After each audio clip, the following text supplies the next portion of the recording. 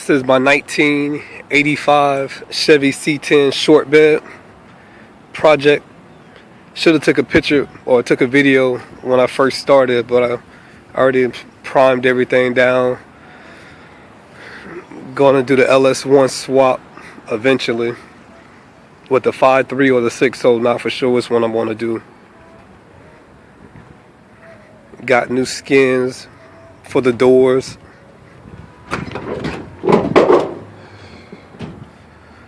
Took care of all the rust that was everywhere. Gotta redo the seats.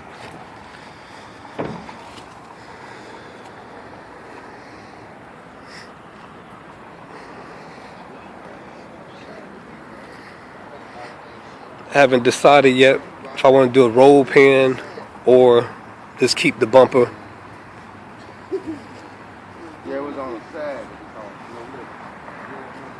Power doors, power locks.